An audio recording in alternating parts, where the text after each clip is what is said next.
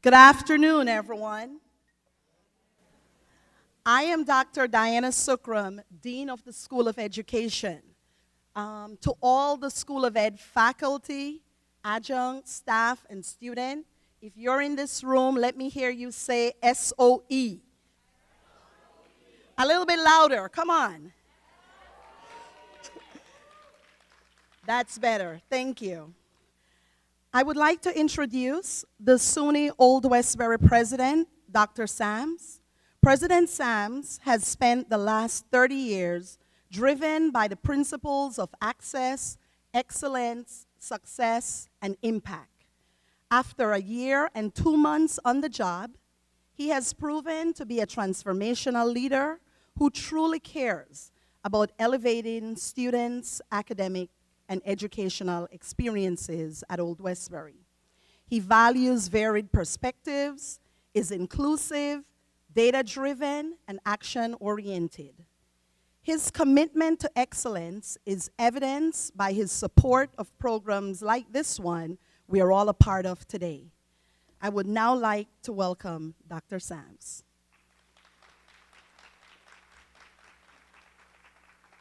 Thank you, Dr. Sukram. Good afternoon, everyone. Good afternoon. I brought notes.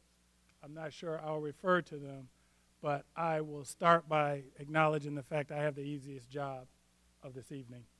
I just have to say welcome, and I'm done. I'm joking. No, I'm not done. Truly, I want to welcome our Chancellor, Dr. Young.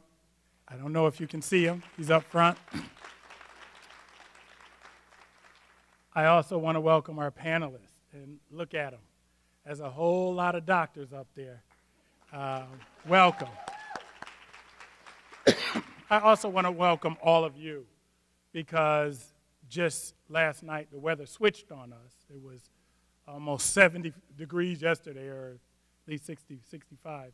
And today, look at it, and you thought it not robbery to still come out and thought this moment to be value enough to make it to this moment. For you students, you're probably here because it was required, but you're still here. And I think that that is no less important. I thought of two things about this moment, and I'm just going to say these two things. You know, Malcolm X said, if you educate a man, you educate an individual. If you educate a woman, you educate a nation. If you look at this panel, I think it's apt, if you think about what Malcolm said, because our panelists are made up of all women who are here during the month of March, during Women's History Month, and being acknowledged and recognized for their commitment to educating a nation. And I want to ask all of us in advance to thank them for making that commitment. And thank you. The second point is an interesting one for me just to make, and that is, I think you all know that Hillary Clinton did not come up with the adage that says it takes a village to educate, right? We know that, right? We know Marian Wright Edelman was her mentor who taught her that, right? So we all know that. So Marian Wright Edelman would talk about how it would take a village to educate, to raise a child.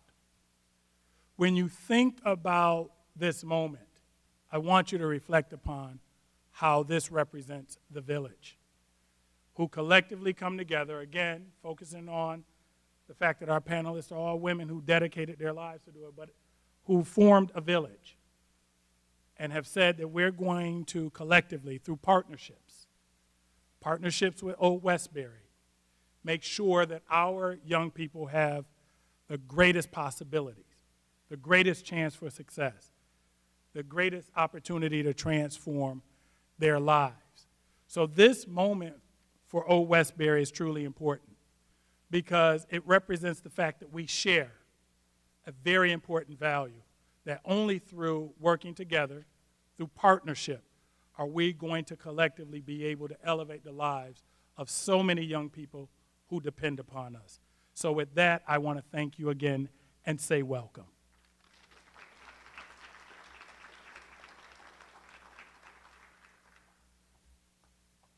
Thank you, Dr. Sams. Our invited guest is Dr. Lester W. Young, Jr., Chancellor and at-large member for New York State Board of Regents. Dr. Young takes the helm of the board at a particularly challenging time as the state's roughly 700 districts approach 2 full years of disrupted in-person learning and face grave concerns about potential learning loss, enrollment declines, and budget gaps. A former New York City educator and administrator, Dr. Young has worked in public service for 5 decades. He started his career with New York City Public Schools in 1969, serving as a teacher, guidance counselor, principal, and supervisor of special education. He left in 1988 to serve at the state level as an assistant commissioner, helping to oversee schools' improvement and bilingual education, among other roles. He returned to the city education department in 1993 to become the superintendent of Brooklyn's District 13. There he helped establish 2 high schools. 7 years later, he was appointed a senior superintendent coordinating services for 4 Brooklyn districts. Dr. Young retired from the city in 2004 and went on to teach at Long Island University's Graduate School of Education before being appointed to the Board of Regents in 2008.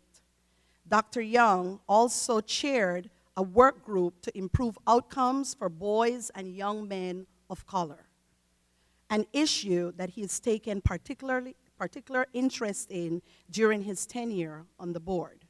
The department credits Dr. Young with leading the charge to establish the state's My Brother's Keeper initiative. That initiative also helps to fund TOC TOC 2, and SUNY Old Westbury School of Ed has so far been awarded 2 TOC TOC 2 grants, the most recent for $1.625 million to increase diversity in the teacher pipeline. Dr. Young volunteers as a mentor to principals and aspiring leaders throughout New York City.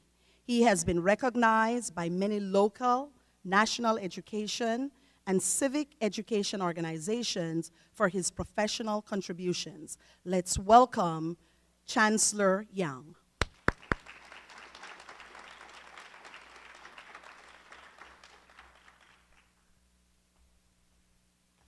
Thank you.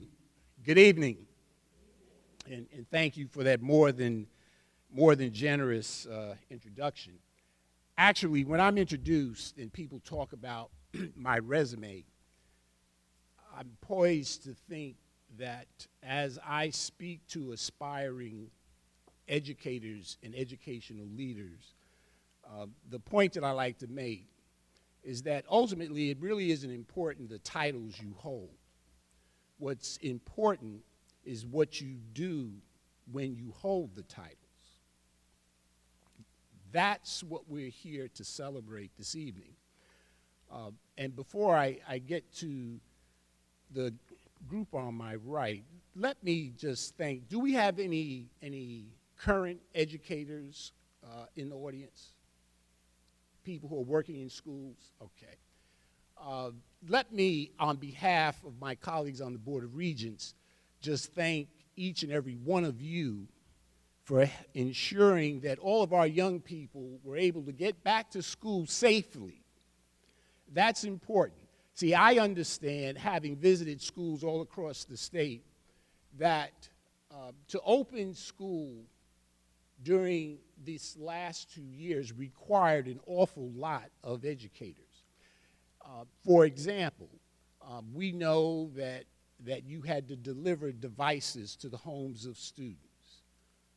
We know that you had to prepare packets, and in some cases, you even delivered meals. And I've met teachers who went into their pocket and bought food for families that were out of work.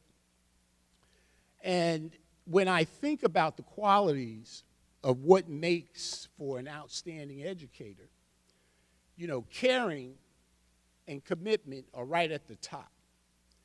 And unfortunately, we are involved in a system that doesn't always recognize that when we evaluate school and schooling. So on behalf of my colleagues on the board, for those of you who work with our young people all across the state, particularly here in Long Island, and certainly to our panel this evening, I just want to thank you for all that you do. The next couple of points that I wanted to make is this. President Obama said when he started the My Brother's Keeper initiative, he said the most important thing we could do as a nation, and I want to underscore, he said the most important thing we could do as a nation, and I would dare say as a state, is ensure that each and every one of our young people go as far as their hopes, their dreams, and their hard work will take them. That's important. I mean, just think about that. Our job is to make sure that all of our young people, not just some of them, but each and every one of them go as far as their hopes, their dreams, and hard work will take them. And so that's why I was pleased to be invited to be here this evening, because these women to my right exemplify the kind of leadership, tenacity, perseverance, and I would add courage to make what I just described that President Obama said possible. See, these are the individuals who exercise the leadership to make that happen. And I would dare say that we don't often talk about that either.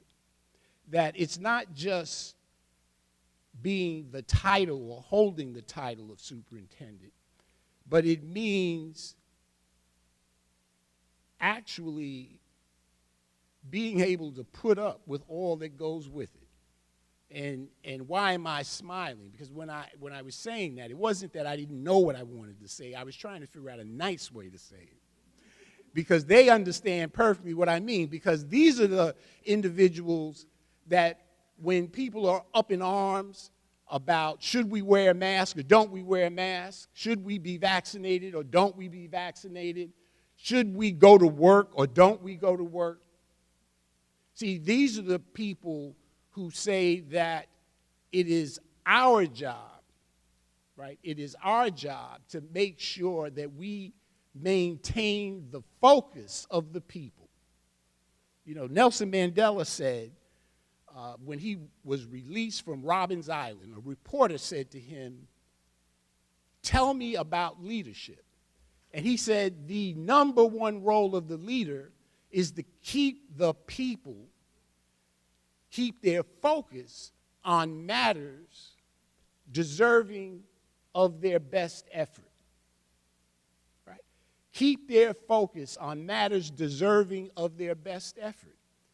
And to raise them above their petty preoccupations. Right? Powerful words. Our panel this evening epitomized that. The other point that I would make, we have lots of students, Old Westbury students. Raise your hand, please. One of the goals of the Board of Regents is to ensure that we have more young people considering careers in education. That's why we were happy to award SUNY Old Westbury one of the largest Teacher Opportunity Corps grants in the state. It is our feeling, quite frankly, that you can't be what you can't see. And so that's the other reason why it's important that we recognize these women here this evening.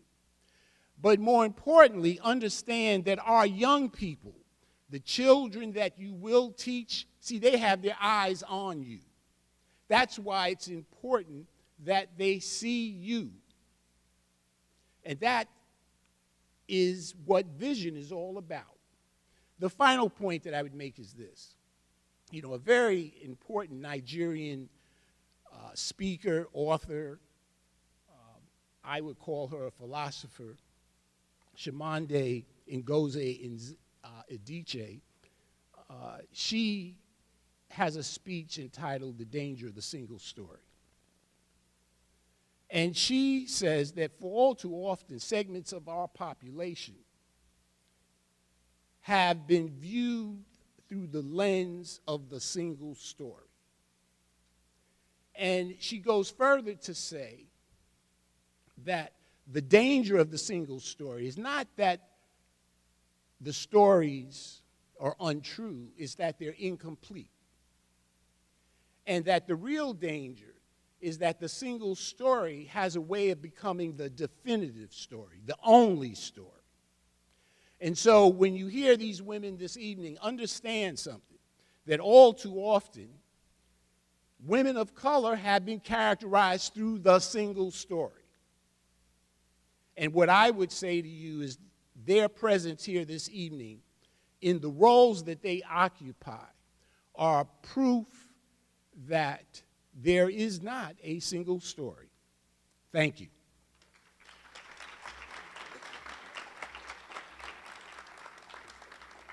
Thank you, Chancellor Young. So this evening, we're going to have a conversation followed by Q&A, and then a meet and greet network event, and then when you leave, we have snacks outside for you.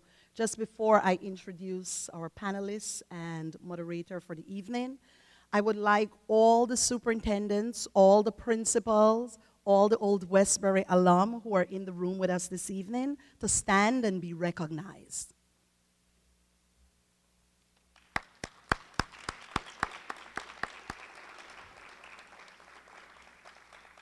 Thank you all for being here. I'll now introduce our panelists. Dr. Monique Darrisaw-Akil, please stand.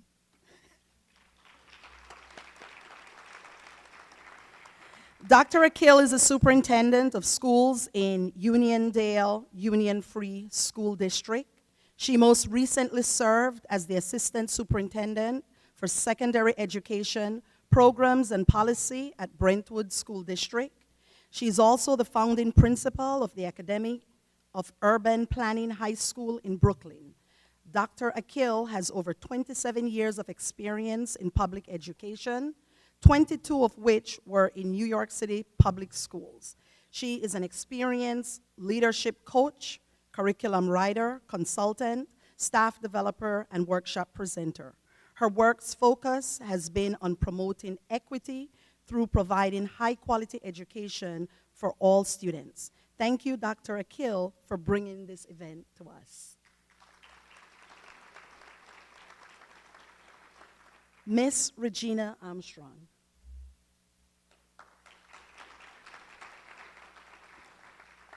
Miss Armstrong is a superintendent of Hempstead. Her educational journey started in 1990 as an elementary teacher in the Hempstead School District.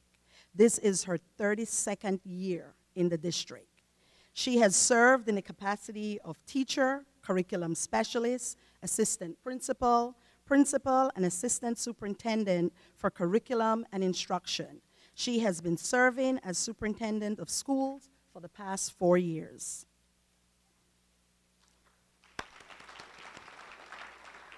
Dr. Tejera Dupree Chase. Dr. Chase was appointed to lead the Westbury Union Free School District as superintendent of schools. She has over 25 years of experience as an educator. As a teacher, she expertly taught and inspired young minds at both the elementary and secondary levels. As an administrator, Dr. Chase led numerous initiatives and improved outcomes for students. Dr. Chase has focused on instructional programming to address learning loss due to the pandemic.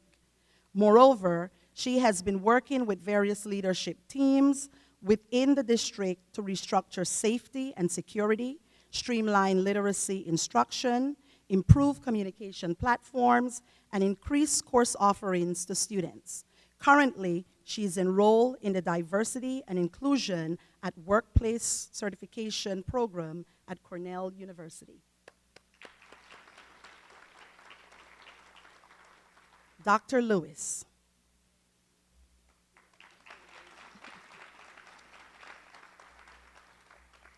Dr. Lewis began her career as a physics and mathematics teacher. She has served in various administrative capacities on Long Island and is now the superintendent in the Malverne Union Free School District. She has been the superintendent of East Williston Union Free School District and Plainview Old Bethpage CSD. She proudly serves as a past president of the New York State Council of School Superintendents and currently co-chairs their curriculum committee.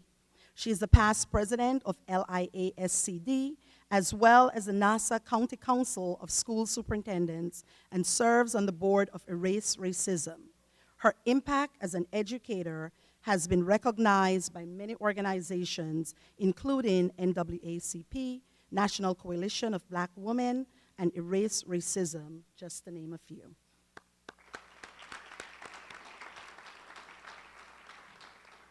Dr. Wortham.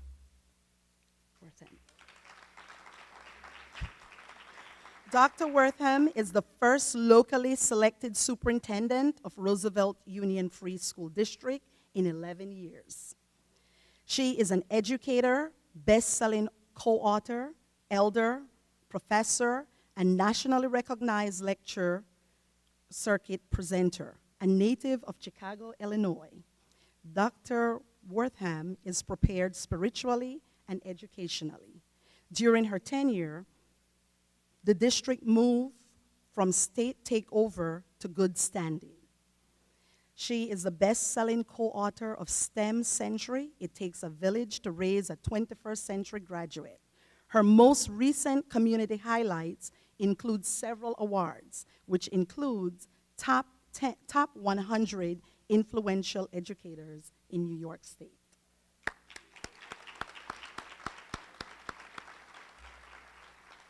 And our moderator for our conversation is none other than Miss April Francis Taylor. Ms. Taylor is a Director of Diversity, Equity, and Inclusivity at Eastern Suffolk BOCES. She is an advocate for equitable systems and regional education leader within over 17 years of experience. Frances Taylor has served as a teacher, building, and district administrator in Long Island and Westchester regions. She has served on several committees, including NYSCD Culturally Responsive Sustaining Framework Stakeholders Committee, NYSCD Civic Readiness Task Force, and the New York Democracy Ready Coalition, just to name a few. Welcome, and let the conversation begin.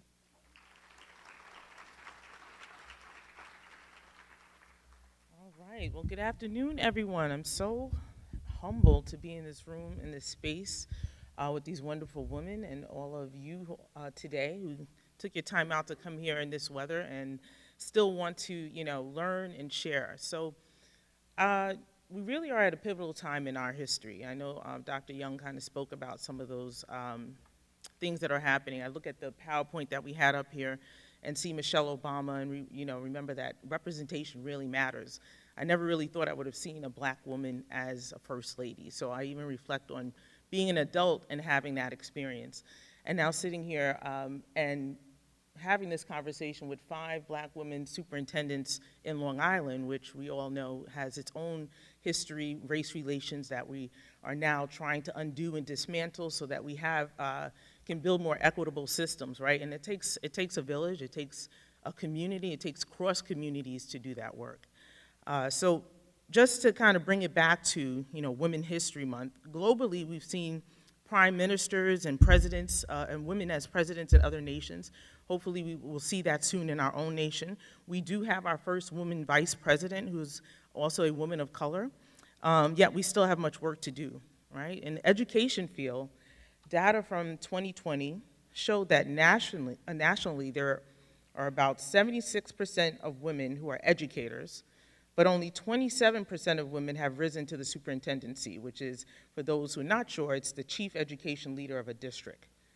And out of that 27%, out of all of the superintendents that are in our country, 10% identify as Black or African American, so that is inclusive of Black women and Black men.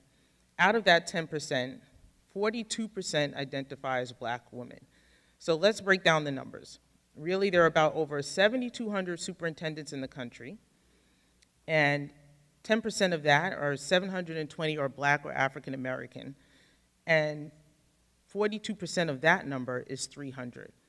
So we have 5 of those 300 sitting in this room today, right? It's 2%, yes.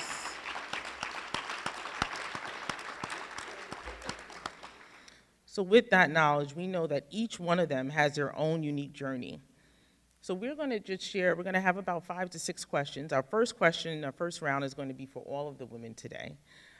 So my first question to you is, what is your why for selecting to pursue a career that led to the superintendency, and what do you find joyful about this role? So we'll give you about 3 minutes each for that.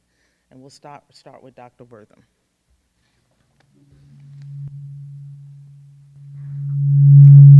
Is that me or you? Oh, okay. I'm not touching anything. Good evening, everyone. It is a pleasure to be here. To our president and to all whom honor is due. That sounds churchy, doesn't it? I'm true to myself. So, the why. And I guess you could say, why not? But my journey in education did not start out with being, one day I'm going to be a superintendent. My journey in education was about, I just want to help. And just to put it in perspective, I dated a guy in high school and he was Catholic. So I wanted to be a nun. But then we realized that that happened. I couldn't marry him, so that was done. I just wanted to help. And when I went away to college, went to see the university, my sister told me, if that's where you want to go, just be the best that you can be. And when I got home to tell her, yes, I wanted to go to the University of Wisconsin, 33,000 students, 50 African Americans, she had gone on to be with the Lord. So my journey started out on a search to be the best that you can be. So this leaps us forward to being superintendent. And being the best that you can be, it's not about you, but it's about your service to students, to staff, here you go, and to the community. And that's what being a superintendent is, and that is my why. My why, I began with the end in mind. I didn't know it, but I just wanted to serve, and I just wanted to help. And that's what we do every day. So I'm going to pass this over to the person who mentored me when I came to New York, Lorna Lewis.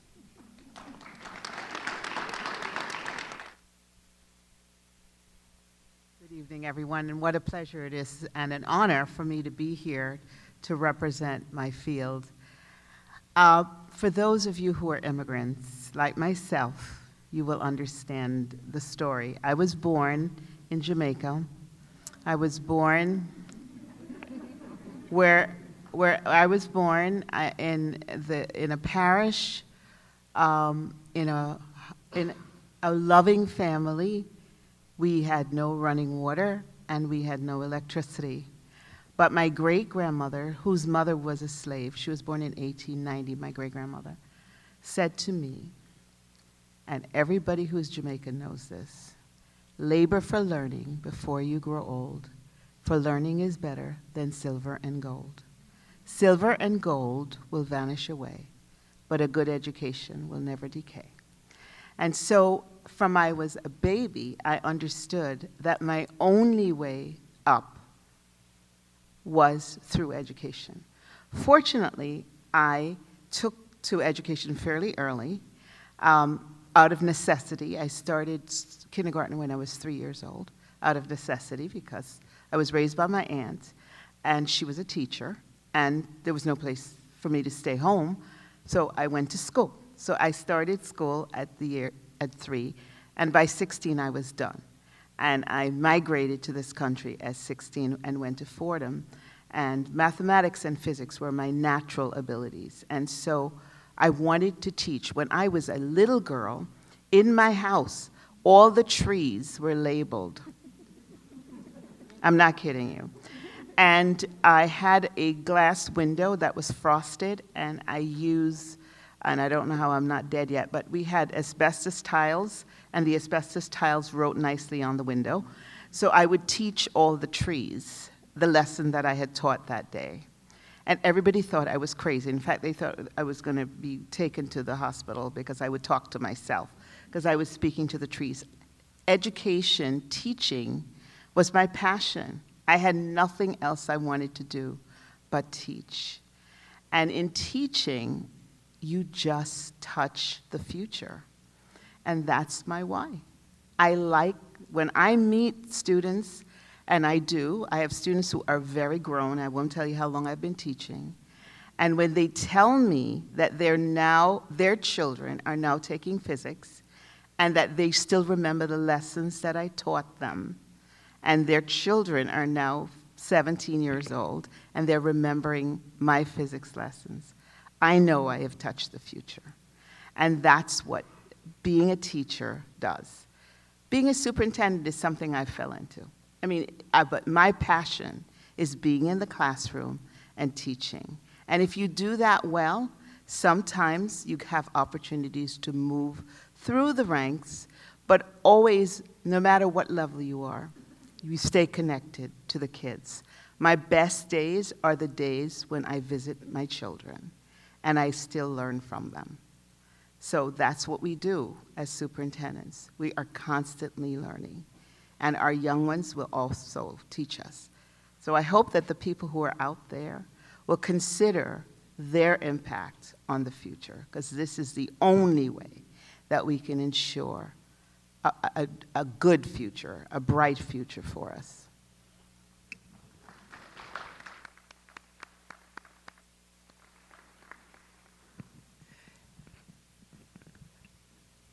So, good evening, everyone. When I was listening to the question as to a why, I was going to say the same thing that Dr. Wortham said, why not? However, I'll take a slightly different path. I truly feel that God made sure I was on this earth to go into the field of education. I do feel it's my calling in life. From a young child, we always played school. We had blackboards or those green boards with the chalk, and we made a mess, of course. And if we didn't have students, our dolls became our students. And I was always teaching someone growing up. But as I got older, I had some relatives over from North Carolina. And I heard one of my uncles state, because I come from a family of 5 girls, and I heard my uncle state to my mother, "You have 5 girls. They're going to do nothing but bring you a house full of grandbabies." And I was about in the 10th grade when he made that comment, and I wasn't quite sure why he felt that that was our mark in life, just to have children early and out of wedlock. But I got it, right? That's what happened all along in the family line. But I was determined to break that cycle because I knew in my heart God has placed me on earth to teach. Then I went off to college, Queens College, and before I went, I actually had people to talk me out of going into education. The whole time I was in school, every essay I wrote about what I wanted to be when I grew up, it was just a teacher. I shouldn't say just a teacher, but it was to go into teaching. But I allowed my mother and her best friend to talk me out of it because they started talking about the dangers in teaching. You don't make money in teaching. And so I went off to Queens College as an accountant major because math was my forte, and I was really good at it, but I hated it. So 3.5 years into the accountant program, I went to the education department and signed up for classes, and I never regretted it. I had to spend an extra year in undergraduate school, but it was all worthwhile. And upon graduating, I was determined, because the schools that I taught in, the children did not look like me. The staff did not look like me. However, my early years were in the Hempstead School District. I attended Hempstead schools for pre-K, K, and first grade. And we were diverse at the time. So I was determined to get back to teach so I could be that role model and example for children who looked like me. And it's 32 years going strong. And when you talk about joy, there's nothing but joy. I don't look for happiness, because happiness fades, but I look for the joy that it brings every single day. And it makes a difference when someone can look at you and say, you beat all the odds. You grew up in poverty, but you're here. I'm not a doctor quite yet, because I had to make a sacrifice between taking on the role of superintendent of schools or continuing on the path and to get my doctorate. But I was determined to make sure I made a difference in the Hempstead School District, to change the narrative, because I knew the place I worked so hard and the children that I love so dearly deserve someone to lead them to greatness. And I really feel that God chose me for the superintendency, because I had no desire to even be a building principal. So that's my story, that's my why.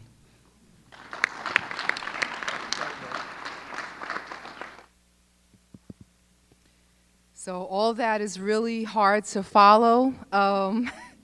So I'm really, really humbled, and I'll just say that I wanted to teach. I didn't always want to teach. I had a love of history because I just love exploring and seeing how others lived and really understanding the why. And I had an experience in college where I got to immerse myself in an internship where we studied equity and inequity in public education. And so I had this crossroad between being a policymaker or being a practitioner, and I chose the practitioner route. And I'll tell you that teaching for me is how I express my art. It's how I express my spirit, my creativity, my passion. So I don't paint, and you really don't want to hear me sing. But if you really want to see how I express all the crazy ideas, and there's some of my staff members in this room, so they can attest to crazy ideas, how I express those ideas is through education, through creating just innovative, bold, exciting, transformative experiences for young people. That's how I express my art. So I entered teaching, and I've always been a secondary educator, a high school teacher, with the idea that our young people deserve everything that our minds could even conceive of. And so as an educator, I started as a teacher in Boys and Girls High School. I loved it. I loved the high. It was the mecca of Bedford-Stuyvesant. And as I enjoyed that experience, I started to see what are our students not having and why don't they have it. And so those questions kept leading me into education, into policy making, into higher administrative roles, and to a point where I was, at the chancellor's office, and I'm, around all these policymakers, and I look around the table, the people who are making assessment policies and discipline policies, and nobody even has a child in public schools. So I was a product of New York City public schools. Nobody had, they were coming from wonderful different places, and it seems as though this was some type of thought, strategy, experiment for them, but I'm like, this is my life. My kids go to these schools. I have 2 sons in high school. I have nephews who are in these schools, and so it just meant something more to me. And so the more I kept asking, why is this happening, and how are these decisions being made, and who is making them, it made me say, I need to be the one who is making policy, helping to make policy. Just the same way we can't make policies without teachers at the front, we cannot make policy without people of color, without mothers, without people with lived experience in these communities at that table as well. So thank you. So that's why I'm here, and again, I'm just humbled to be, in this sister circle, this very powerful, dynamic gathering. And, just in terms of the joy is every day, as Dr. Lewis said, going into classrooms. And I'll just say this very quickly, that sometimes when I'm in classrooms, I'm visiting, I'm taking pictures, I'm talking to teachers about projects, I'm asking questions, sometimes there's this really thought in my mind saying, should I be doing this as a superintendent, or am I supposed to be in a behind the desk, like typing like really important memos, right? And then I think this is exactly where I'm supposed to be, in the classroom, talking to children, getting to know their ideas, and talking to our staff, and really understanding how our young people are learning so that we can together co-create and make it better. So that's the joy every day. Thank you.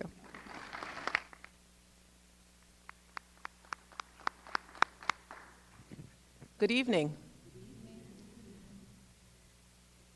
I want to thank Dr. Akil for inviting me to be a part of this panel and for thinking that it was important at this very time, in this very moment in society, to have female superintendents of color to gather, to not only talk about our experiences, but to hopefully inspire. So I appreciate you for this. Thank you. So my path was a little bit different from my sister soups. Many of them talked about knowing very early on what they wanted to do. For me, as a first-generation college graduate, growing up in the Bronx, with a name like Tahira, I really didn't know what my options were. While in high school, filling out my college applications, I remember vividly my guidance counselor telling me that college is not an option.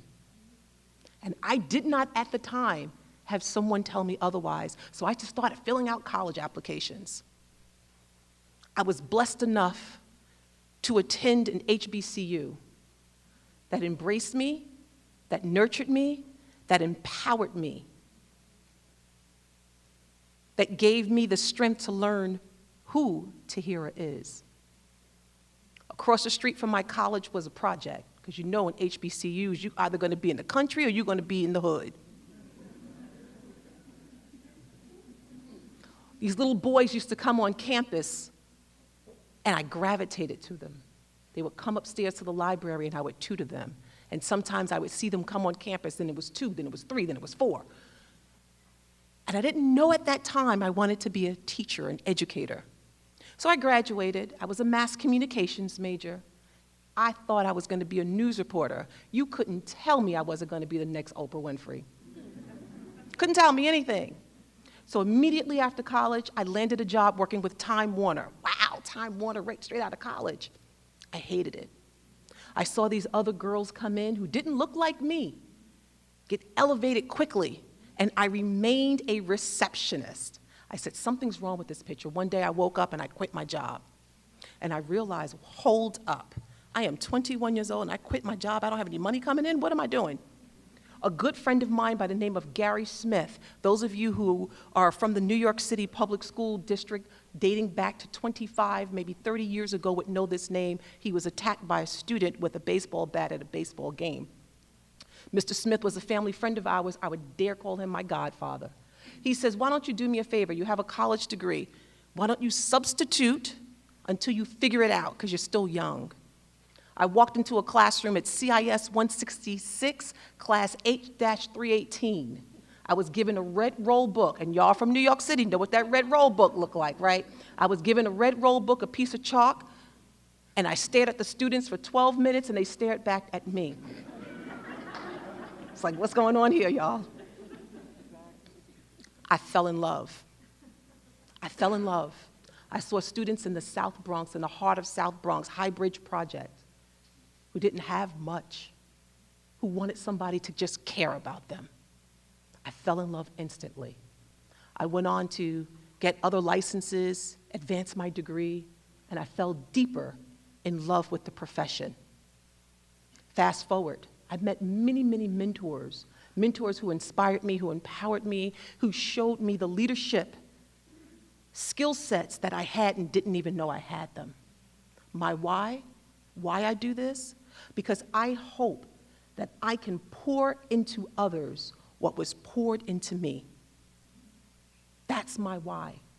Every single day I get up in the morning, I am excited to go to work. I don't care what went wrong. I don't care if we were on the news. I've been on the news a couple of times. I'm still excited every single day, even when I'm running on fumes. You sisters know what I mean by we running on fumes. Even if I didn't eat, it doesn't matter. It excites me to inspire these young minds, to mold these young minds, and knowing that their parents, their families have entrusted me with such a great responsibility.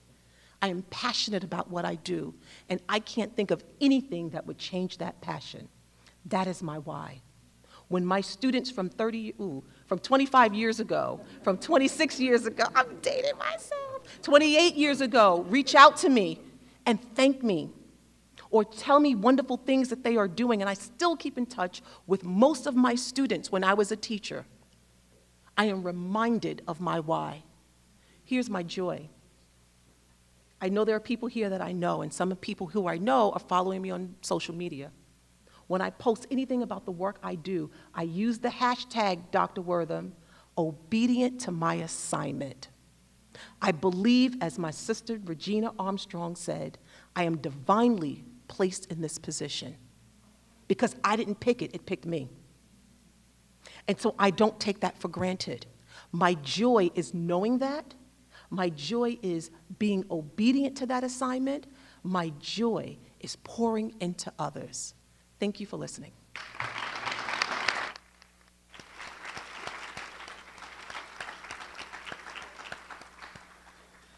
So, wow, the passion, right? The education is not a job, and you can hear from our leaders here, this is about, it's a calling, it's a passion, and you do it with your whole self. So I have a friend here, Sandra Street, and she always says, we got to take a moment to take this in. So I want to just take a moment to take in what these leaders just shared with us, because it was powerful.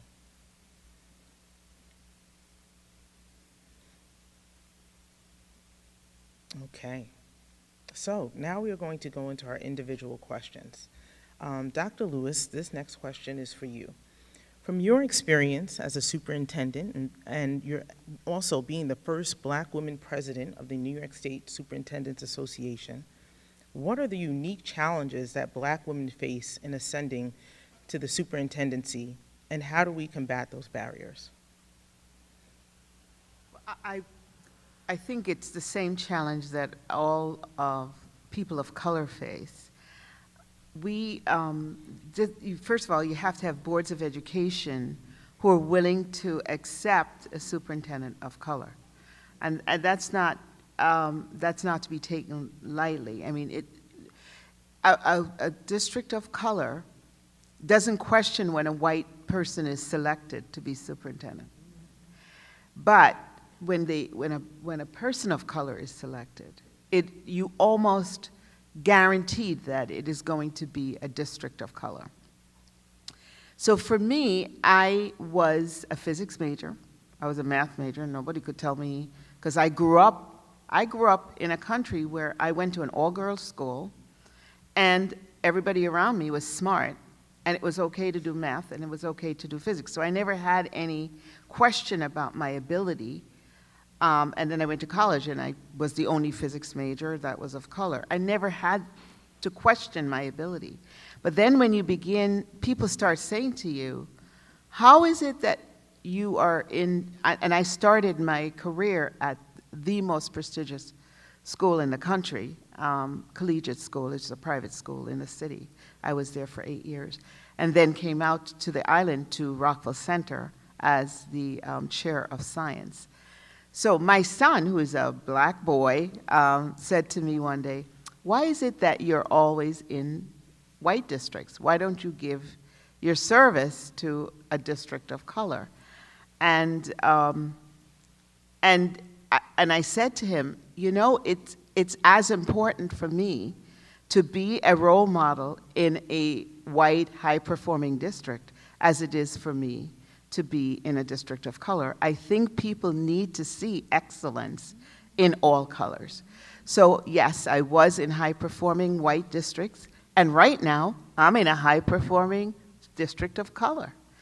I think that we struggle to have boards of education accept leaders of color, period. Whether it's in a minority district, whether it's in a district of color, it's a struggle.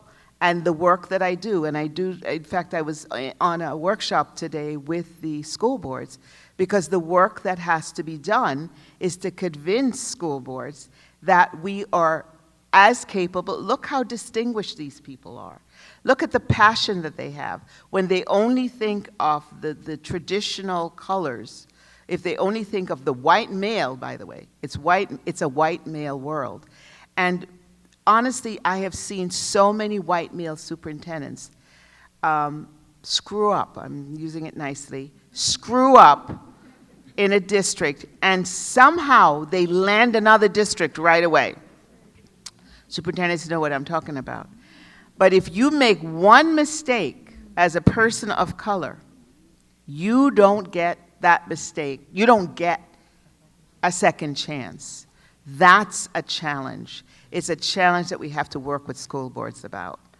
And we have to work with communities, because there are some very talented people of color that I work with and try to mentor, to try to place them with search consultants. They're the secret. They're the holders of the key.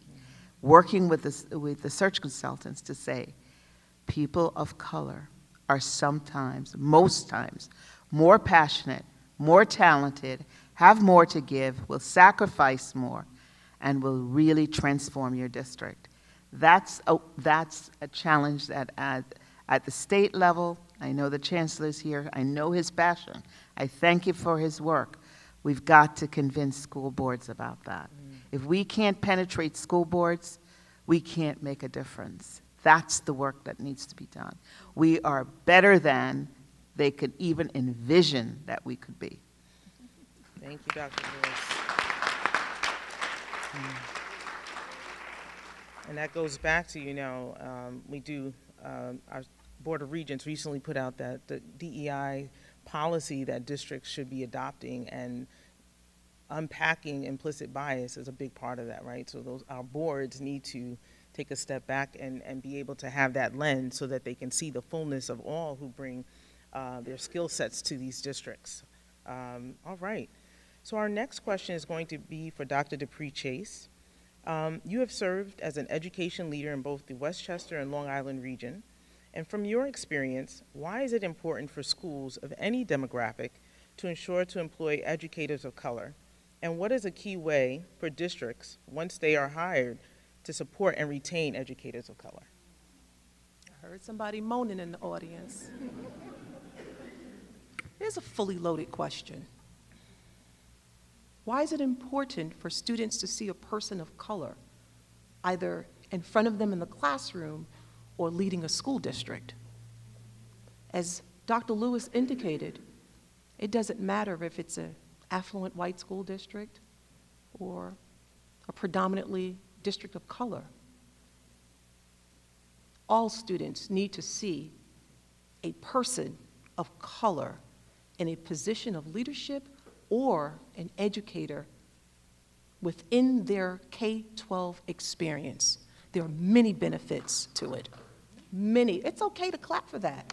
And not for me, but for the notion of the importance of doing that. And districts have to be intentional about their hiring practices to ensure that they attract diverse candidates. The one comment that irks me is when I hear there aren't any candidates out there of color. That's not true, because I can show you a bunch of HBCUs. I can show you NAPSI, who helps to recruit. I can show you different organizations, even these ladies right here on the panel. We know those who are looking for positions in education and those positions in leadership. So they're out there. We just have to be intentional about our hiring practices and also understanding the benefits. Well, what are the benefits? A study recently released by Johns Hopkins clearly stated that every child should see a person of color at least once in their K-12 experience. Seeing a person of color in their K-12 experience increases the expectation that they will go to college. That study continues by saying that Black boys who come from low-income families, low-income communities, who have at least one teacher of color, while third, fourth, fifth grade, decreases the probability of dropping out of high school by 39%. Why? Teachers of color can understand where many of those students come from. Teachers of color demonstrate excellence. Teachers of color come with a type of passion for students of color. So whether it's Long Island, Westchester, New York City, upstate, Rochester, Buffalo, doesn't matter. We really have to do a better job at attracting teachers of color. Now, let me be clear. I am not saying that non-African American teachers or leaders cannot lead children of color. That is not the truth. As long as students know that there's someone who cares about their well-being, who is working very hard to help them actualize whatever dream that they have, that person is a benefit to all of our children. So let me continue. So how do we attract and retain? Well,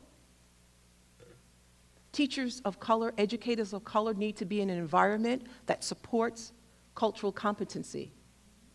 They need to be in an environment led by someone who understands culturally responsive education.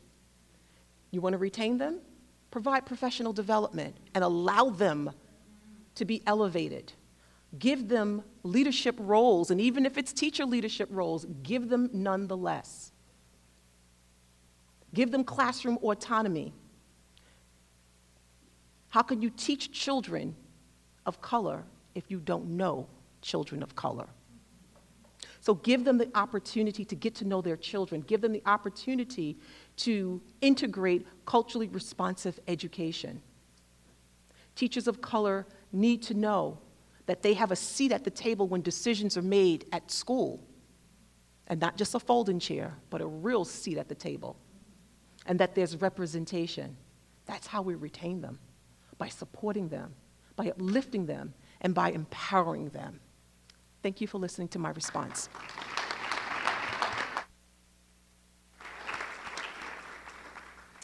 Thank you. A big piece of that work, right, is not this idea of someone has to fit into the culture, that getting past that mindset and being responsive, culturally responsive to all of our students and to the staff. So I appreciate that answer. So my next question is going to be around mentoring. And before I ask it, I just wanted to kind of share an experience I had, and I saw someone come in here today, so I thought it was timely. When I first was becoming a teacher, I had interviewed at a couple of districts, but Uniondale was the district that I really wanted to work at. I had student taught there, and I remember going to the personnel office to drop off some forms I had. I was teaching summer school that day, and the director of personnel was there, and she invited me into her office, and she asked me, was giving me tips on interviewing. My interview was coming up, and how I should dress, and just different aspects, and I was really appreciative of it because I was a young mother. My mother had just moved to Maryland, so I decided to stay here in New York because I wanted to work here. So having someone else just take that initiative really was powerful for me, and almost 20 years later, I still remember that. So Miss Woman Tootle is over there.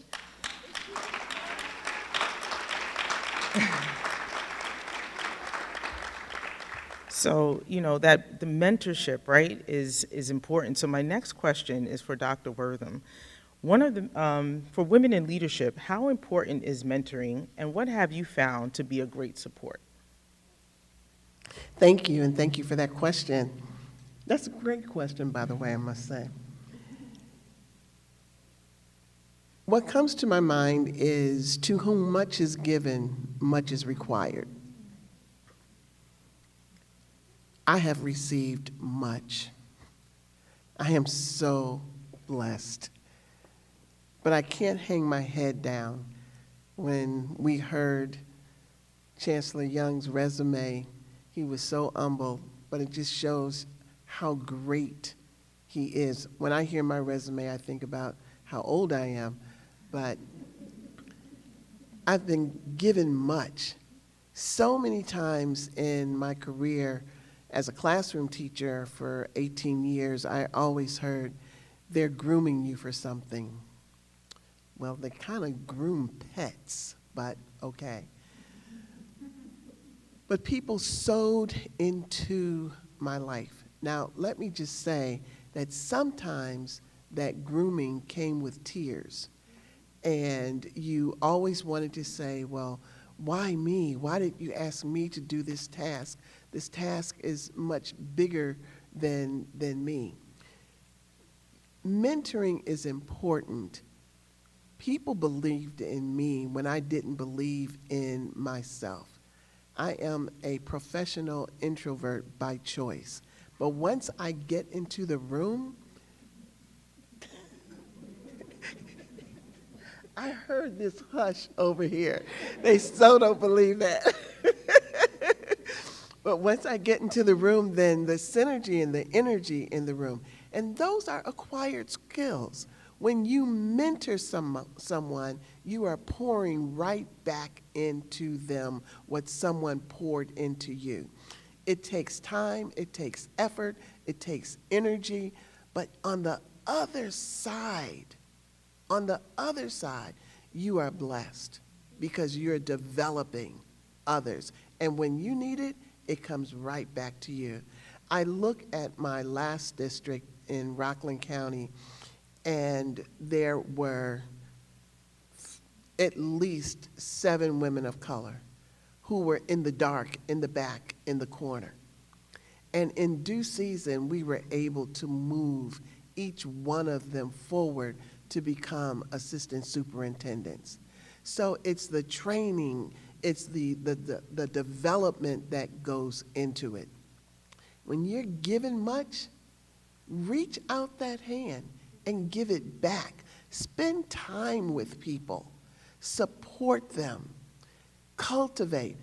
Create that culture where you just believe that everything is going to be okay. When my sister told me, and this was in 1967, to be the best that you can be, I learned along the way, and I said this before, that it doesn't mean that you are all that in a bag of chips. But if you are so great, who are you helping? Who's benefiting because you walked into the room? When April walked into the room, everybody said, who is she? She commands the attention, you know? I can think of, and I'm happy to have someone taller than me, yep. But I can think about Dr. Bonnie Copeland, superintendent, former superintendent of Baltimore City Public Schools. I can think about Dr. Cassandra Jones, who brought tears to my eyes when I would give her a project and she said, nope, do it over. Nope, do it over. I just talked to her the other day. She's in Pennsylvania.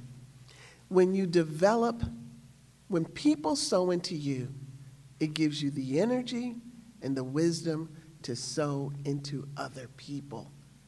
This is a fertile ground, and it's right for developing. We mentor by choice.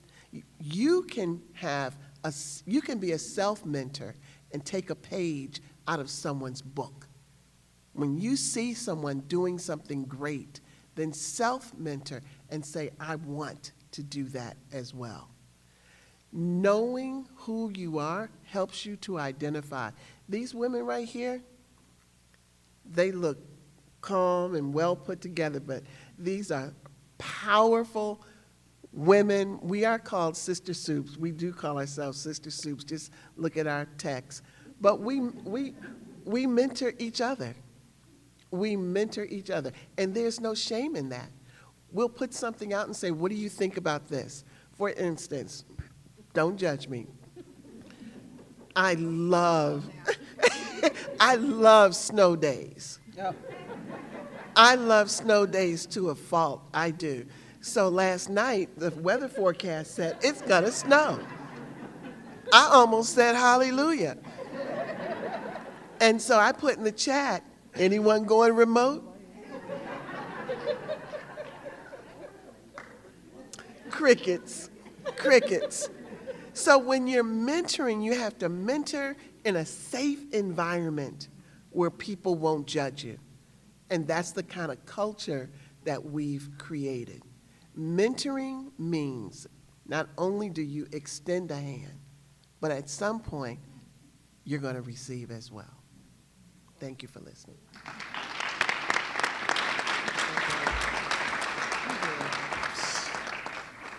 Thank you for that, Dr. Wortham. Our next question, to keep time going, is for Ms. Armstrong. Since the start of the pandemic, recent data has shown there is a mass exodus of educators, right? They're calling it the Great Resignation. Why do you believe teachers and leaders are leaving the field, and what do you think we can do to change that? That's a very powerful question. It also saddens me to know that people are leaving the field of education. Every single day, we're hearing about a different superintendent who has put in their papers for retirement, and we're like, not you too. However, the pandemic was a game changer. For teachers, it became a fear. It also put a lot on their plate that they never was trained for or expected. We had to make decisions as superintendents and we had no backgrounds to do so. Hybrid learning, what is that? But our teachers was thrust into that world. We expected them to have students sitting in front of them and students on a screen, and somehow everyone had to learn. When you're in education, it requires you to be very resilient. And when that's not there, you'll find yourself making very hard decisions. Is this really what I want to do? And I think the pandemic brought that to the surface in a lot of people. They just said, I don't want to do this anymore. But I don't think the pandemic started that question in their mind. It was already there. And the pandemic just gave them the excuse to get out. Now for me, that's also good, because you don't want teachers in your classroom who really do not want to be there, because it will directly affect your students. We need teachers in front of our students who, just like us on this panel, find education to be a joy. And the reason, again, why I say joy and not happiness is because I feel happiness can be snatched, but joy is something that only comes from the man upstairs. And no one can take that from you. And so at this particular time, superintendents have left because they said it's not fun anymore. I'm not a medical doctor. You're asking me to make decisions that can really jeopardize the health of my community. How can you do this to us? Right? So we spend a lot of time, don't go back and tell the commissioner, Chancellor Young, fussing out Albany from the commissioner to the governor, and we're just going to be very honest with you, because we were forced to make very tough decisions. And for those who were at the point that they could retire, they did. And for others, they just pursued other careers. So I would say we lost a lot of very good superintendents as well as educators. Now, that's where our work begins, because students will be here and they deserve top-notch educators and they deserve the best administrators.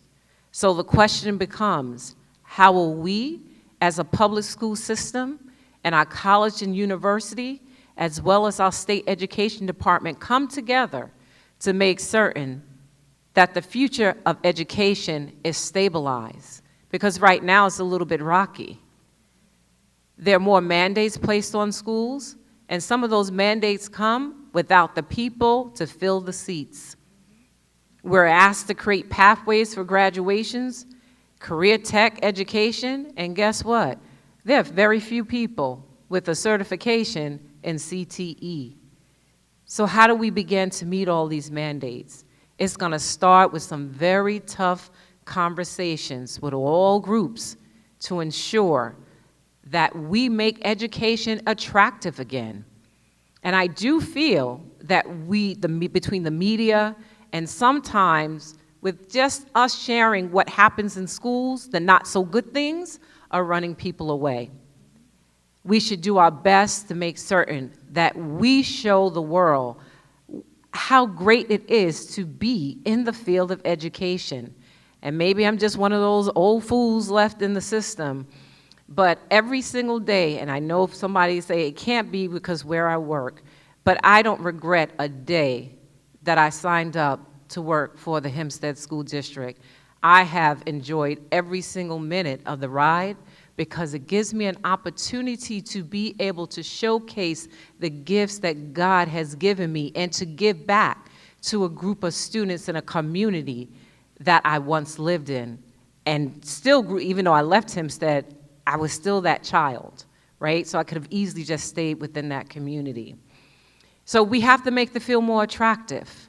We definitely have to work more closely together, colleges, university, public school systems, our state government, on how we're going to get people to understand that generations to come still need good quality educators in front of them. There are some things that'll go away, but the one thing that will not is the fact, if I want to know how to read, I need a teacher. I know we've seen signs before in the past that if you can read this sign, you need to thank a teacher. So we all need to put on our thinking caps and begin to work together and make some decisions on how we can bring more people into education, Black, Spanish, all other denominations, because our students really, truly, they need us, right? And it goes back to the mentoring piece. When we look at our school systems, what are we doing to make sure we're reaching from that elementary kid, that junior high school child, that high school child, mentoring and showing them what fun it could be to be an educator? I know I don't do enough of it because we always say it's about time, right? Do we have time to do that?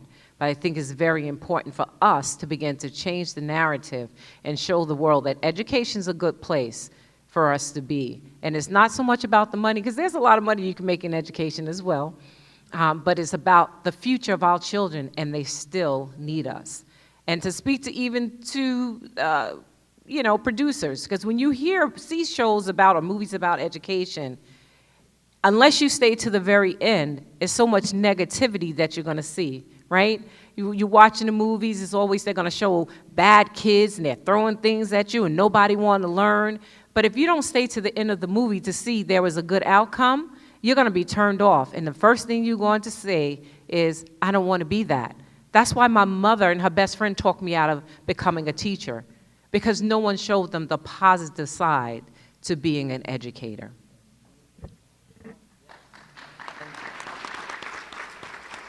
We definitely have some in this room right now who are going into that field, and some we're going to kind of nudge. I spoke to someone who's on an echo and law major. She might decide to minor in secondary ed. We don't know, but we need you all. So we only have 2 more questions left. This question is going to go to Dr. Akil. As mentioned earlier, we're at a pivotal point in society where issues around equity are paramount. How are you addressing inequities in your district? Thank you. So I'm going to just start by saying that for me, I think equity is a loaded word, and I think unfortunately it has been politicized.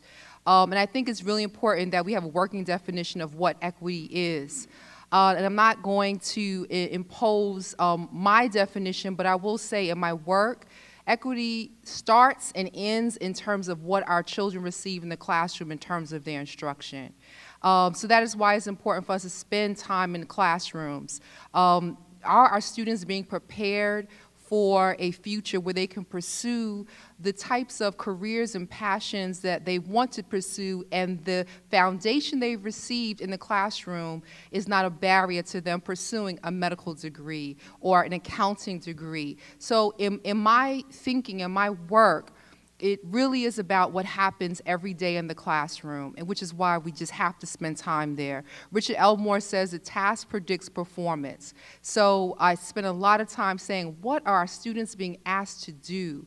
Are the assignments they're being asked to do worthy? Does it really honor the intelligence and the capacity they have every day? So that is my starting point in education. In terms of equity, it's really what happens in the classroom.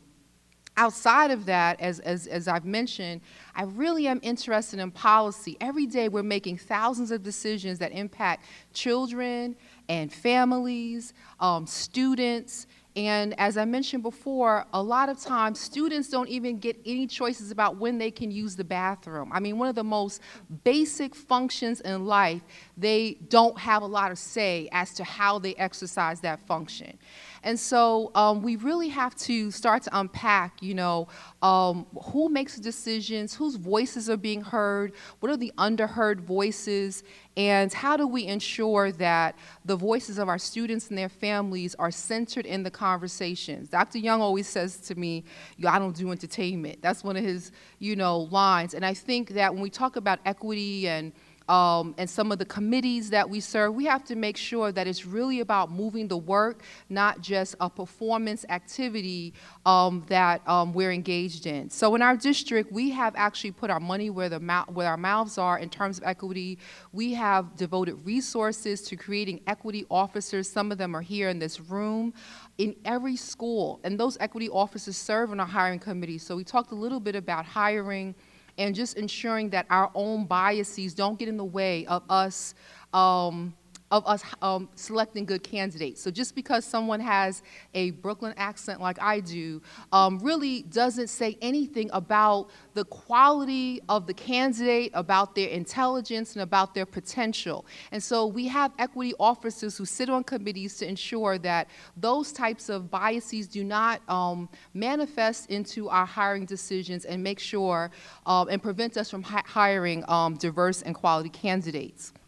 We also have been looking at suspension policy, and so you might think that in a district where the majority of our students are students of color, we don't have gaps and we don't have any disproportionality, but guess what? We do, right? Because we still have beliefs about who's going to get in trouble, what kinds of, how we're going to deal with that trouble, and what does that mean? And so I've shared before that I've read a book where they said that depression in black boys is often disguised as anger. And so we have to really understand the types of activities and, sometimes very challenging behaviors that our children engage in. But then we have to ask ourselves as the adults in the community, what have we done to show them an alternative? What have we done to understand where they're coming from? What have we done to build connections and perhaps shift their thinking before they engage in those behaviors? So we've been doing a lot around suspension. So I've just, come to my district. And even in summer school, we were suspending kids. And, so I'm saying, okay, so the kid is in summer school because they had trouble in our regular academic program, and now we're going to take them out of the intervention that we're providing for them because they made a mistake. So we really have to rethink that. We have to make sure that we have a holistic approach that includes our psychologists and the social workers. So in my district, they know that when you bring me a suspension, you have to tell me what interventions have been provided to that young person. Because throwing them out of school does not solve any problems, because they're going to come back, and now they're going to come back more disengaged, a little bit alienated, and perhaps angry at you because maybe you're the only adult that they had a strong connection with, and now you have told them that you are not worthy to be in the learning environment. So we have to, really talk to the adults around the impact of exclusionary discipline, and really rethink our policies. And through the work of our equity committee, and Celeste Cruz is here, who is in charge of our equity work at Uniondale, we have been looking at policy. So again, it cannot just be the words. We have to have hard conversations. Another favorite saying from one of my mentors is that sunlight is the best disinfectant. So we have to look at the data. We have to be data driven. We can't just talk about it, but seeing, how many of our L's are being suspended, our special needs students, where are the performance gaps, our young men of color. And once we look at that data, we have to have critical conversations. And I always tell my staff, I'm not mad at you. We're not blaming anyone, but we're going to look at this data. We're going to sit with it. And as April said, we're going to take a moment and just sit with our feelings. And then we're going to say, what do you want to do about it? Is this why we came to work? Is this why we pursued education? And if it's not, if these are not the outcomes you're looking for, what are we going to do about it? We have the power to change it, but we cannot change what we do not face. So I can go on and on about equity, because I'm very passionate about it. I don't know if you noticed, but I'm going to end there. Thank you so much. Thank you, Dr. Akil. And we connected, I have to, even just being here today, but when I first started my position as the Director of DEI in 2020 at Eastern Suffolk BOCES, Monique reached out to me and welcomed me to the community and helped me feel welcomed, right? And it was around the equity work and supporting her district then and now even supporting her present district. So I really appreciate everything that you all said today, and it really resonates with me and I'm sure with the audience. So with our final question, we'd just love to hear from each of you, just in less than 1 minute, because we're coming to our time. What is one jewel or quote you want to leave our audience with today? And we will start with Dr. Dupree Chase and work our way back.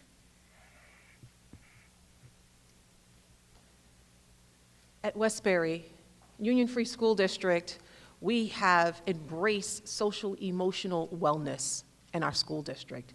And as educators, we don't speak enough about our own wellness. We pour into others, and sometimes we don't pour into ourselves. So the one thing that I'd like to share with you is that take care of your wellness before you'll have to take care of your illness. Sorry. What that means is, as educators, we take care of other people's children. You've got to take care of yourself. You've got to find balance. Do not lose yourself in this work. You are a better leader, a better educator when you find balance. I had to learn the hard way of finding balance. I'm entering my 9th year as a superintendent. I learned to find balance 3 years ago. And I found that learning balance has made me a better person, a better educator, a better everything. So please remember to take care of your wellness. That is probably the most important thing you can do.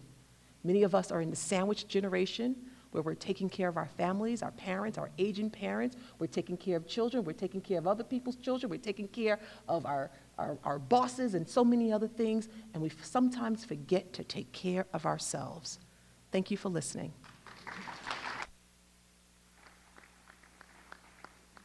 So mine is shine your light. Shine your light.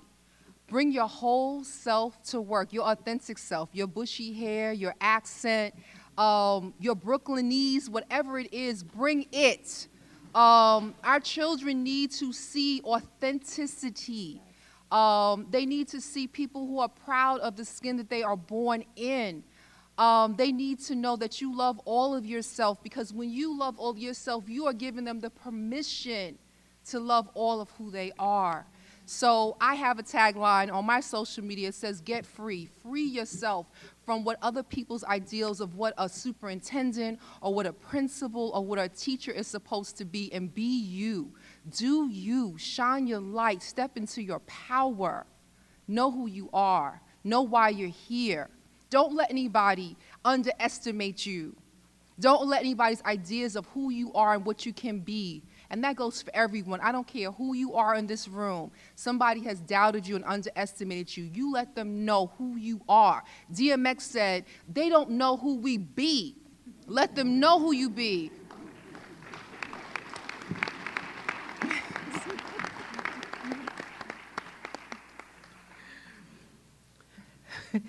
Now I feel like Monique, that's a tough act to follow. It's very interesting that Dr. Chase used the word balance. We had a principal director coordinators meeting this morning, and the question I asked everyone in the room is, what are some of the biggest challenges we're facing right now as leaders? And often, of course, as leaders, me being in charge, I make everyone go first, and I never really share. But this morning, I decided to start off, and I told them, I'm learning balance. Because the key is right now, it's all about making sure that you are healthy enough to be the best you can be so you can help others. Because if you're not healthy, you can't be able to do what we need you to do every single day. So the only thing I can say is, to thine own self, be true. Don't let anyone talk you out of who you are and what you want to be. Remember, this is your journey, your path in life, and it's all right to make mistakes as you go along. Oftentimes at moving up ceremonies, I kind of quote scripture, but don't tell them the scripture.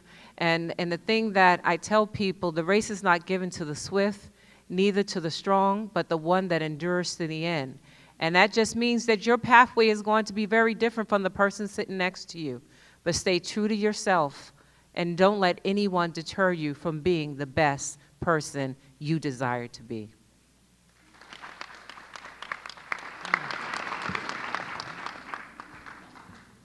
I'm just so inspired by them. Wonderful messages. So I grew up knowing that if mountains were smooth, you couldn't climb them. And so I want to say to you that life is not going to be smooth all the time.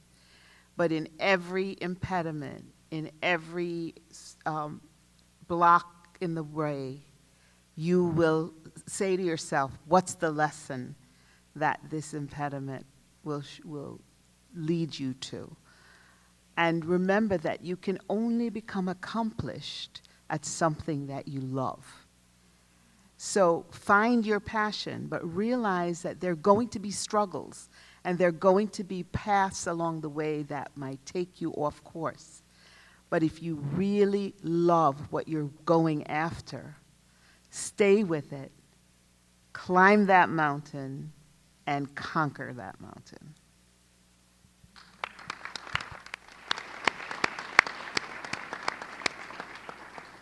Great words, my mentor. Michelle Obama said, when they go low, we go high.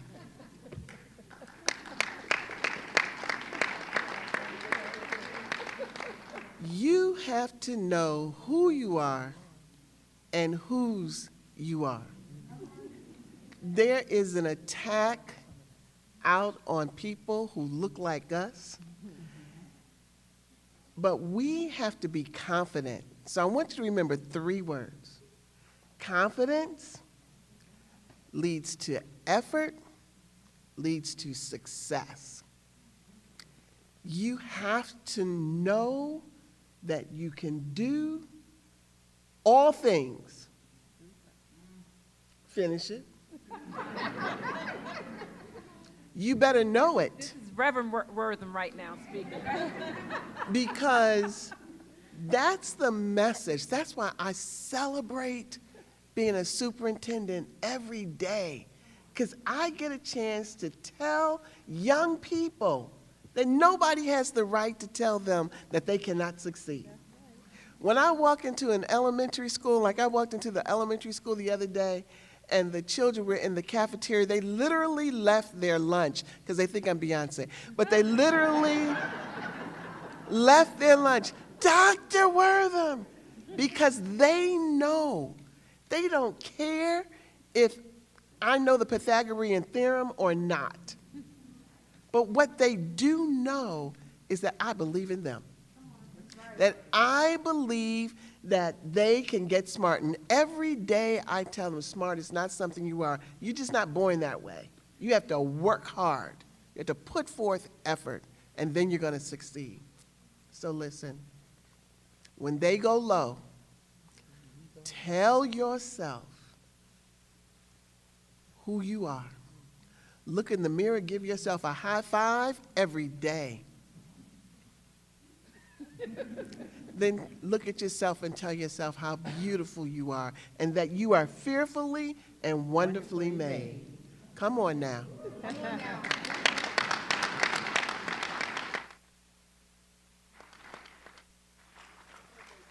You just say, psh, talk to the hand. Because we know. Don't we know, ladies? Oh, yeah. We know. When they go low, we go high. Nice way out. How inspiring. So we have a few minutes for questions, and then we'll start our networking event. But I just want to say, in sitting and listening to the presentation at the school, in the School of Ed, we are ready. We are ready for this partnership. We are ready to increase diversity in the teacher ed pipeline. We want to get our students into your schools, so we will be talking. We want to get your students on campus. There's so many initiatives that we can collaborate on. Let's begin a Teachers Academy. Let's start these early college readiness programs to bring our many students to the campus and to create beautiful, competent educators who can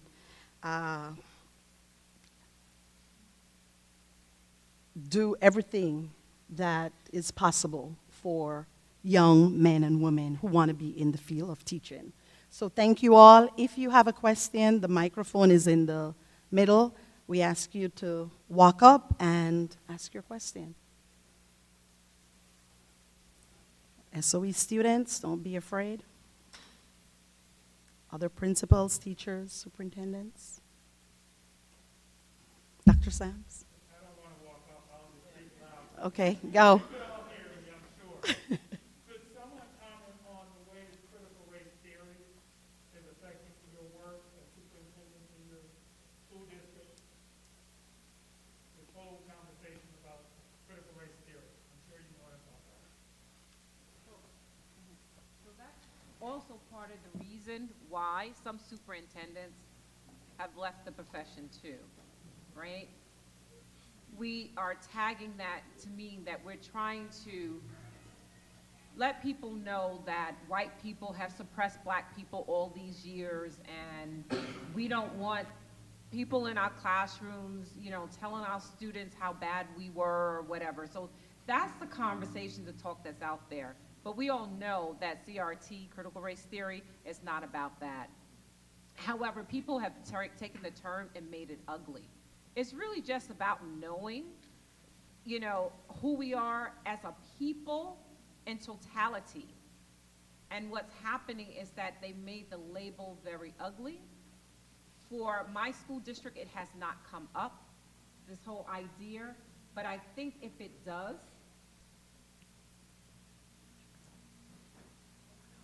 I think my voice is loud, right? Okay, there it is.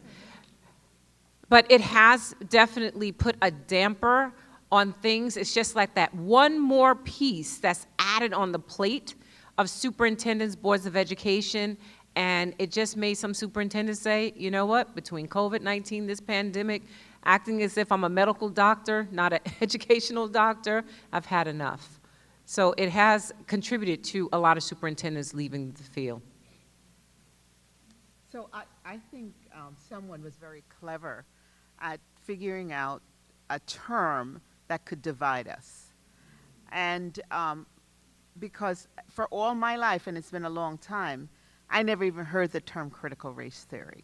Nobody in public schools knew anything about critical race theory until they politicized it and started to say, well, that's a theory that makes white kids feel poorly or feel bad about.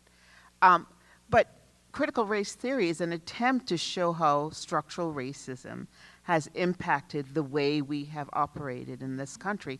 And I would say to you, a mandatory reading is Caste by Isabel Wilkinson. If you haven't read it, you must read it. And she uses this analogy of America being like a house, an old house, with the foundations that has cracks in it and that has planks in it that are old, that are weak and not structurally sound. And that if you don't fix it, eventually that house comes down. And that's what we need in education. Our job is not to teach a la carte history, which is what people want us to do. You cannot, I remember when I started in Three Village, I was the director of curriculum when I started, and we were looking at the social studies curriculum. And the 5th grade, and across in the entire New York, before we applied the standards, most 5th grade classes ended with the Civil War. That's what people did. They taught, because people feel comfortable talking about slavery. You know, they feel very comfortable knowing that we were shackled and we were in the cotton fields and we worked really hard, although we were considered lazy. But we worked really hard and we built all this structure. But we didn't hear of American history beyond the Civil War. And one day, and this was in the 90s, I said to the teachers when we gathered, I said, if you stop U.S. history in the Civil War, then what am I? Who am I? What's my place in history? Am I just still a slave? I mean, and same thing in 6th grade, they only did Egypt, Rome, they only did ancient empires. They never looked at the Americas. You know, it was like we taught the parts of history that we wanted to teach. And it is so important that when we teach history, we teach all of history, all of its impact, and some of it is not good. We have had a history in these Americas. You must read Cass. We've had a history in these Americas that have really served. In fact, Hitler came to America. I mean, they based Nazism, that if you read Kendi's book, they based it on Jim Crow and the work that was being done in America. So the point is, we have not had a good history here, and that it is important that we teach everything in context and not stop where we want to stop and emphasize what we want to emphasize. We need to see it all and learn from it so that we will have a different future.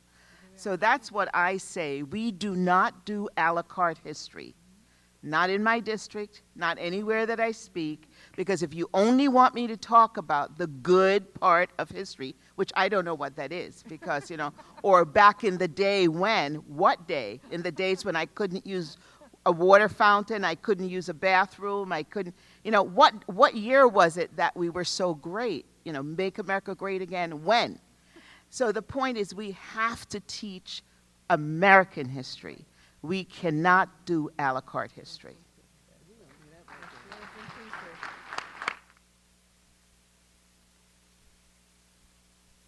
Sure, my question stems right off of that. What role should legislation play in fixing those cracks? We have a couple of laws that have been written by senators and proposed by assembly people. One of them is the Amistad Department, which is proposed and in legislation to have there be an official department in the Department of Education for curriculum writing for Black history and the standards set forth for the state. There's also the HOPE Act, hiring outstanding people in education to streamline universal hiring standards for school districts across the state. So but my question is, what role can we all play, can superintendents of color play in leading us to getting these strong legislations passed here in New York State?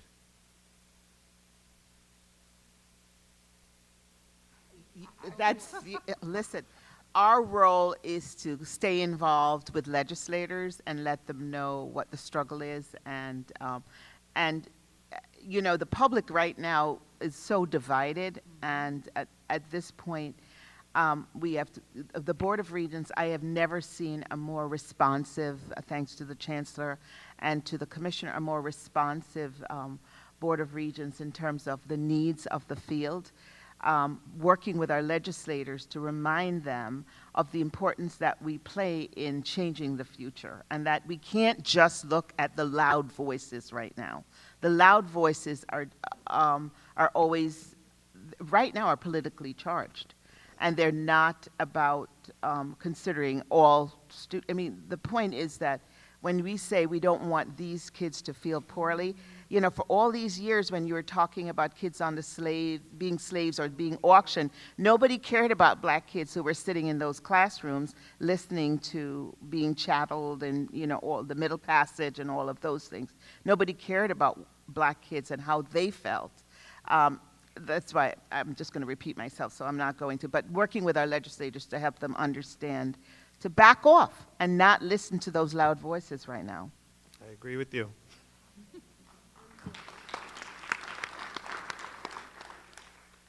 I'm so happy to see educators whom I can relate to, including an educator from my country, Jamaica, and also a superintendent from the district where I work.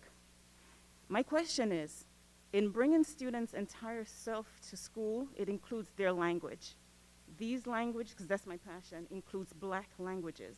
How are you, as black women superintendents, addressing the exclusion of black languages in English curricula? And how are you impacting policy on a state and perhaps even federal level to ensure that immigrant students from Caribbean countries where English is the medium of instruction and African American students who speak primarily African American languages get the respect they deserve in the curriculum and use their knowledge to improve even test scores such as English scores? That's my question. Why not, right? Really briefly, I think that I know that the work that you're doing, and I think that one of the things you're doing is raising awareness to language and what the difference between language and vernacular or slang is really in the eye of the beholder. And so I think the work that you're doing is helping us to shift our understanding of what is language, what is dialect, and what is, slang. And I think that kind of goes along the continuum with the canon.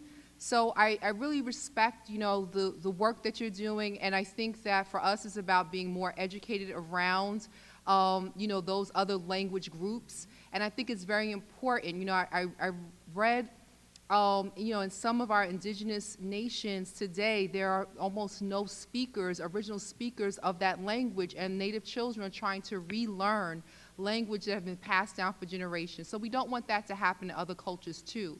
So in terms of how do we incorporate that into our curriculum, I think it's reading works by a variety of authors who use that language. So when I think about being introduced to Zora Neale Hurston, when I think of, and when I was first introduced to it, it was foreign because I had heard that language, as having a dad who's African American. I had heard that type of language and the cadence of that speech, but I had never seen it in print. So I struggled with trying to understand it. So I think trying to use diverse literature that brings in and validates that language and normalizes that this is how our people, some of our people speak.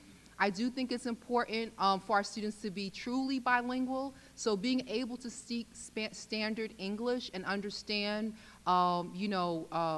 the writing and what is expected on the language of assessments. I think it's very important that our students are schooled in the language of assessments and the language of the dominant culture, but I think there is a place for us to value those native languages, native tongues in our classrooms, and so I think it does begin with us being more educated about how to do that and seamlessly so our children are truly bilingual. They truly know how to code switch like I just did when I quoted DMX, and they can do it seamlessly and still be taken credibly in the job market and whatever they try to do. So thank you. Thank you.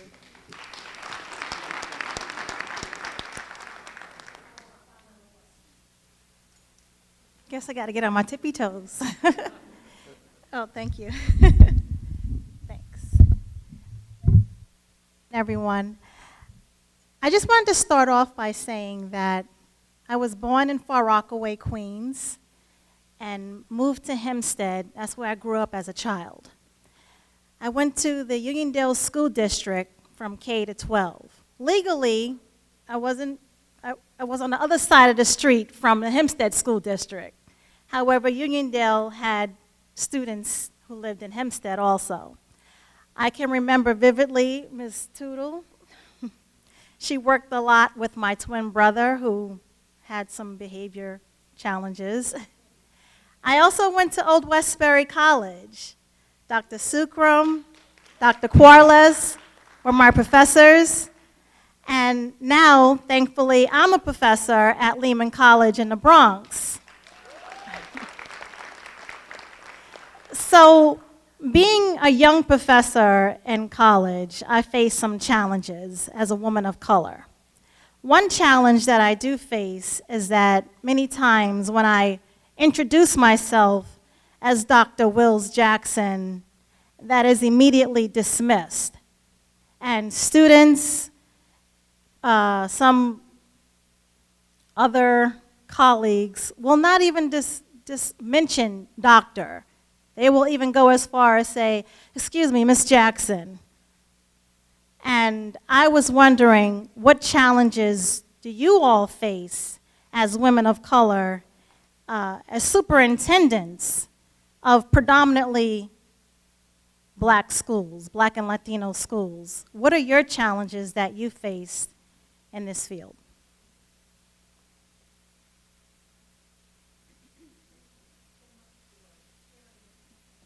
Your experience as a female professional of color, your challenges aren't any different from the challenges that we face on a daily basis.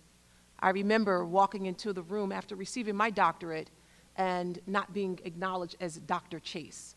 I remember, people or gentlemen mansplaining as if I didn't understand, or making assumptions because my name is Tahira, that perhaps maybe I didn't have the vernacular.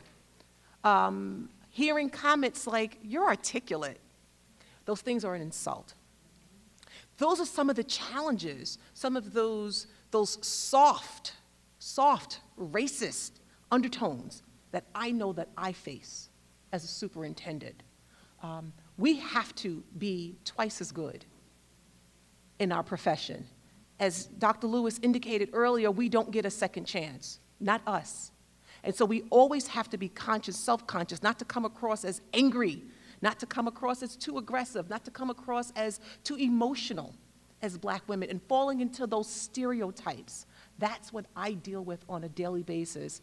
I'm very careful and cognizant of how I speak publicly, how I dress, how I appear, just even how I greet my fellow sister soups.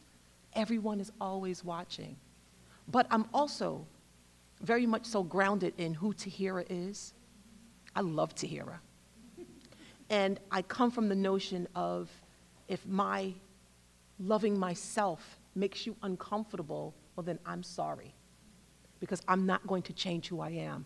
So my recommendation to you is continue to be your authentic, beautiful, brilliant self, and demand how people should treat you. So when they call you, I don't know your last name. Jackson is fine. When they call you Jackson or Miss Jackson, you can correct them politely with a smile. And when you speak about yourself, you say, Dr. Jackson. And you remind people, and sometimes you have to sometimes you have to show people how you deserve to be treated. And you can do that in a professional way. Thank you so much for sharing with us. Thank you.